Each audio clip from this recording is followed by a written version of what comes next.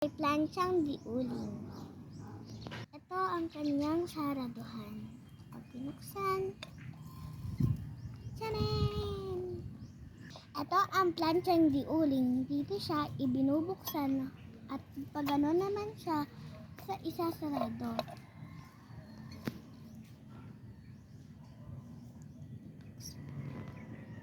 Sobrang bigat niya dahil siya ay purong bakal.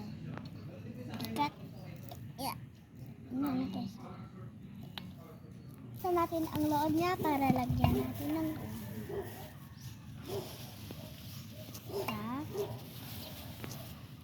dalawa, tatlo,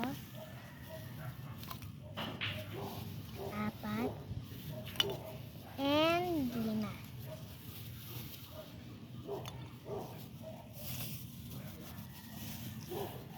Lalagyan natin siya ng apoy para bumaga. Para makapag-plancha na tayo.